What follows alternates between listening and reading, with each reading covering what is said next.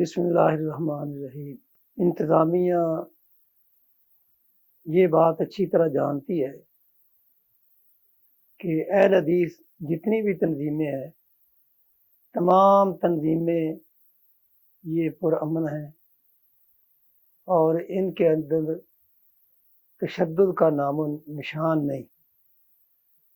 لیکن ہم اگر پرامن ہیں تو ہم یہ بھی چاہتے ہیں کہ ہمارے اوپر بھی کوئی تشدد نہ کرے اور ہمارے حقوق کو کوئی غصب نہ کرے۔ ہم اپنے حقوق کا تحفظ کرنے کے لیے ہر قسم کی قربانی دینے کے لیے تیار ہیں، اور یہی وجہ ہے کہ جب انتظامیہ نے اہل حدیثوں پر ظلم کیا، مسجد کو بند کر کے، مسجد کو سیل کر کے، تو انہوں نے بارہا انتظامیہ سے درخواست کی یہ ہمارا حق ہے، ہمارے پاس اس کا NOC موجود ہے اور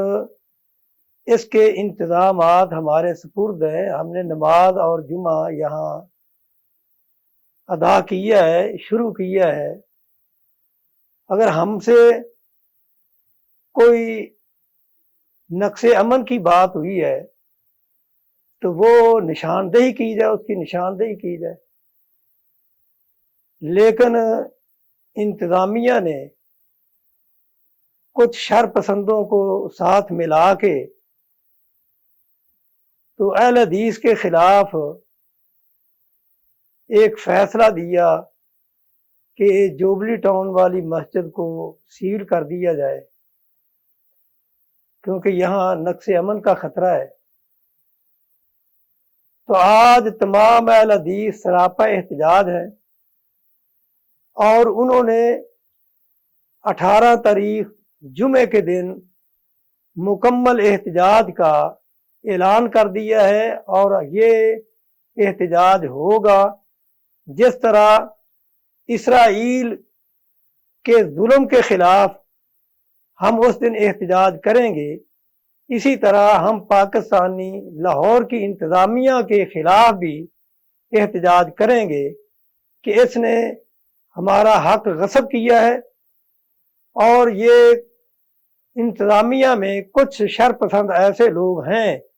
جو یہ چاہتے ہیں کہ ہمارا حق ہم سے غصب کر کے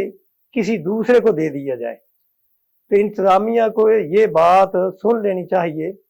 کہ ہم اپنا حق لے کے رہیں گے، ہمیں جہاں تک جانا پڑا ہم جائیں گے،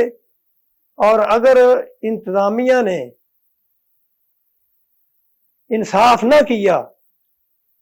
تو پھر اگر حالات خراب ہوئے تو اس کی ذمہ داری بھی انتظامیہ کے اوپر ہوگی۔ اس لیے یہ تحریک ہم شروع کرنے لگے ہیں، اور جس طرح غزہ کے مظلوم مسلمانوں کے حق میں ہم آواز بلند کریں گے، اسی طرح ہم اپنے حقوق لینے کے لیے بھی آواز بلند کرتے رہیں گے، اور یہ ہم اس سے پیچھے نہیں ہٹیں گے۔ اور انتظامیہ کو یہ معلوم ہونا چاہیے کہ جب کسی کے اوپر ظلم ہوتا ہے تو مظلوم اپنا حق لینے کے لیے وہ جو کچھ کر سکتا ہے وہ کرتا ہے، لہذا ہم بھی جماعت اہل حدیث کے پلیٹ فارم سے یا تنظیم تحفظ مدارس و مساجد اہل حدیث کے پلیٹ فارم سے ہم یہ کام جاری رکھیں گے، اور اس وقت تک یہ جاری رہے گا جب تک انتظامیہ ہمیں انصاف نہیں دے گی۔ والسلام۔